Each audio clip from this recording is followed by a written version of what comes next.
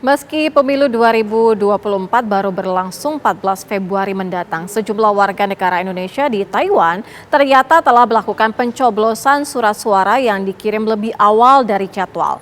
Komisi Pemilihan Umum (KPU) RI mengaku terdapat kelalaian, sehingga 31.000 surat suara telah dikirimkan lebih awal dari jadwal seharusnya.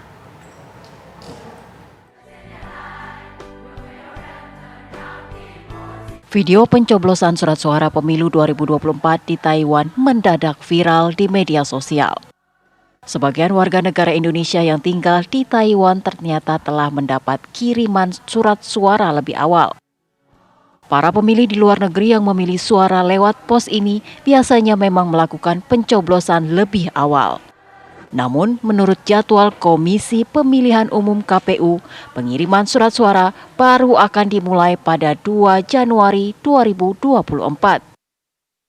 Ketua Komisi Pemilihan Umum KPU Hashim Asyari mengaku terdapat kelalaian yang dilakukan Panitia Pemilihan Luar Negeri atau PPLN yang mengirimkan 31.276 surat suara lebih awal dari jadwal yang seharusnya. Untuk mengoreksi kesalahan ini, KPU menyatakan bahwa surat suara yang dikirimkan terlebih dulu tersebut sebagai surat suara rusak dan surat suara baru akan dikirimkan ulang.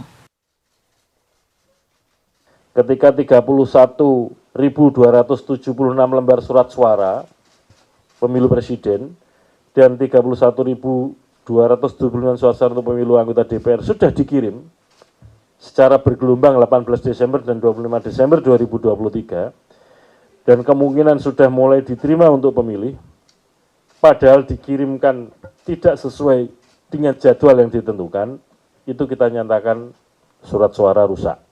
Sehingga kalau ada digunakan oleh pemilih untuk nyoblos, sudah memilih partai tertentu, milih calon tertentu, dan dikirim balik ke PPLN, nanti dinyatakan rusak dan tidak diperhitungkan sebagai suara. Namun, Badan Pengawas Pemilu Bawaslu RI menyebut bahwa KPU RI tidak boleh memperhitungkan surat suara tersebut sebagai surat suara rusak. KPU tidak disarankan untuk melakukan pengiriman ulang surat suara. 1. Menetapkan sejumlah 31.276 surat suara yang telah dikirim melalui pos oleh PPLN Taipei kepada pemilih tidak dianggap sebagai surat suara rusak. Mengingat potensi persoalan akan menjadi lebih luas, dengan demikian tidak perlu ada upaya pengiriman surat suara kembali sebagai pengganti.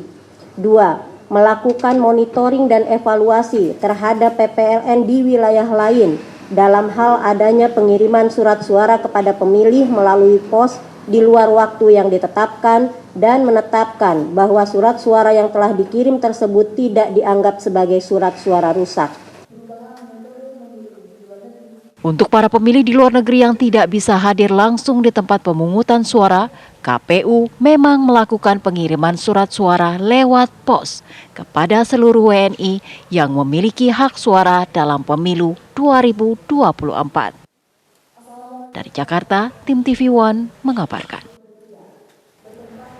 Saat ini KPU sudah menyatakan adanya kelalaian telah mengirimkan surat suara terlebih dahulu di Taiwan. Lalu bagaimana dengan informasi terbaru dari KPU? Kami ajak Anda bergabung bersama dengan Kristanti Yosefa. Kristanti, apa informasi terbaru?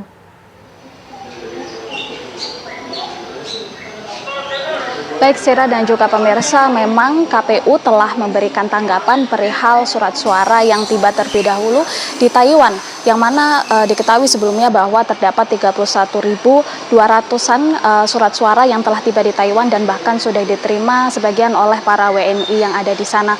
Pihak KPU tadi menyatakan, pemirsa, melalui wawancara yang kami lakukan bersama salah satu komisioner KPU yakni Betty Epsilon Idrus, yang menyatakan bahwa sudah ada serangkaian hal yang dilakukan oleh pihak KPU, di mana yang pertama adalah menganggap bahwa ke-31.000 surat suara tersebut akan dianggap rusak dan tidak akan dihitung dalam perhitungan suara nantinya. Dan hal ini memang diketahui berbeda dengan versi yang sebelumnya sudah disampaikan oleh Bawaslu, yang mana menyatakan bahwa surat suara ini tidak seharusnya dianggap rusak.